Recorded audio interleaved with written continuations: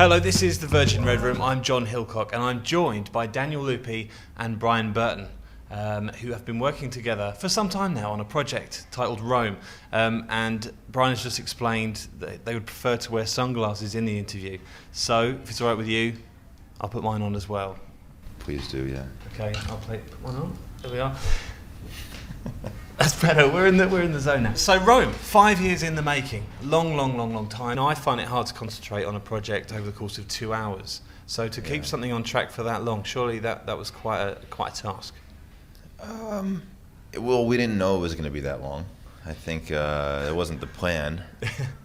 That's just the way it wound up working out. I mean, this whole process, this whole album is a long story, and we started out just kind of humbly in LA, deciding let's go try and make this record. We flew out there and started finding musicians and instruments and just doing this whole thing, and then we had some music. But this was at a time, I think it was 2005 was when we first started writing, and I didn't know Jack White, I didn't know Norah Jones, and there was no reason to think that I would. It's just that when something takes 5 years and the other work you're doing starts to, and Daniel was a part of a lot of the work that I was doing as well, it just carries on, and then through relationships I was on tour and I met Jack on tour, and we finally had somebody who who was willing to give it a shot, and Jack was somebody who had heard the music months and months before, almost a year before, and said he would give it a shot. And then after he did his part and it was great, then we had to find a female, and this was a little while later, but then now you add this music, and then you add having Jack White on the album, then maybe you can go to Norah Jones and say, hey, what do you think? I don't know you very well or at all, but if you would like to sing on this record, we would love to have you. And when she came on, it just kind of really finished the album. It really just kind of, solidified the whole thing. It was really now even more unique.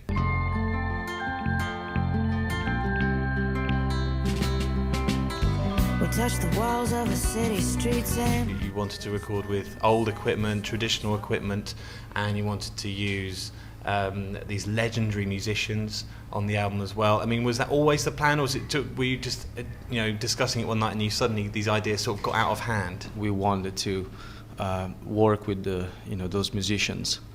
That made a lot of sense because we really bonded over the aesthetics and atmospheres and sounds of those soundtracks, and so we thought, why not involve those guys and see what comes out. What really fascinates me about it is that so much of it was, because you say so much of it was unplanned, that really, I mean, could it have gone off in any direction at any stage? Because it seems to me to have, with the trajectory of the work you've done over the past 5 years, if, for example, Niles Barkley had been a huge flop, or the production work you'd done that didn't work out, or whatever else, then it could have been a completely different beast, could it not? That implies that I have the ability to ruin these things myself. I mean, I work with really good people, and so that's kind of the hint to the whole thing, is work with really good people, and it's hard to screw it up. That's even more important than the success of any of those other things, because the initial thing, the thing that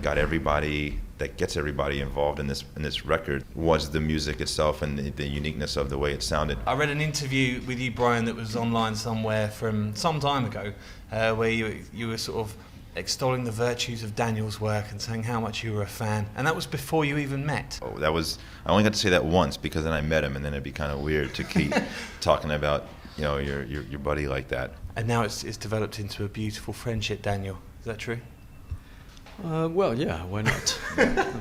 Guys, thank you very much for joining me today. Thanks for your time, and congratulations on the album, and congratulations on the Grammy as well, Brian. Okay. Thank you very much.